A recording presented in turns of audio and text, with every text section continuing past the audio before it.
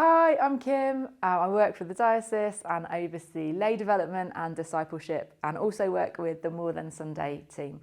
And we're going to have a think about prayer walks today. So what is a prayer walk? What does it mean?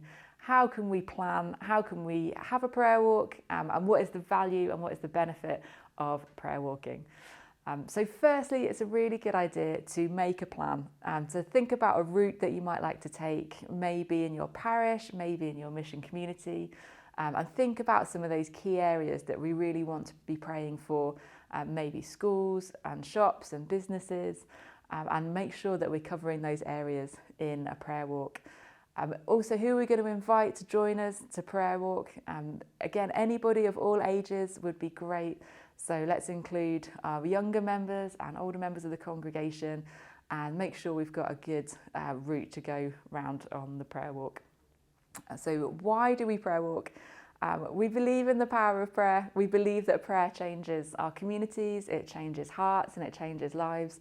And we want to pray blessing over all the people in our area, in our parish, in our mission community, in our deanery.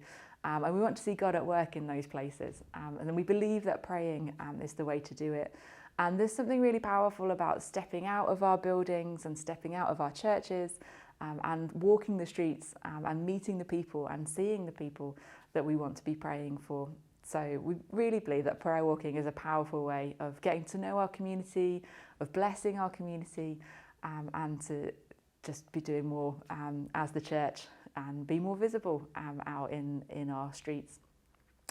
So in terms of planning as well, it's good to have sort of a time frame in mind and think about how long you might like to be out for.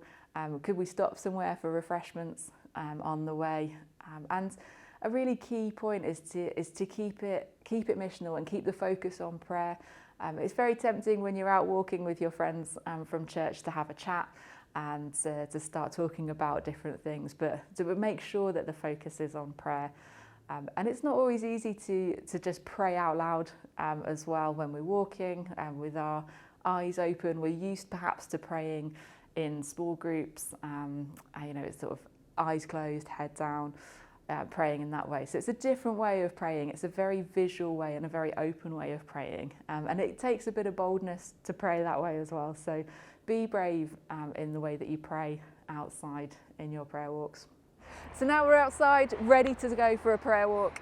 Another few top tips and things to remember is that it might be a good idea just to have something to give out to people as and when you meet them. So maybe a little card or something with a prayer on, or maybe you could bake some cookies just to get a conversation going and something to give to people as and when they might come and chat to you and ask you what you're doing all together praying.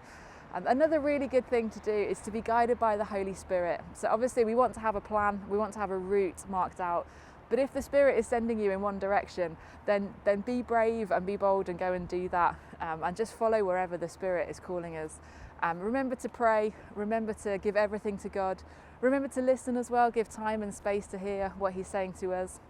And for more information, for more ideas about prayer walks, we've got a helpful guide on our website, on the Diocese website, and it's all there. So we just hope that you have a really, really good time and pray for you as you go for a prayer walk around your parish and around your area.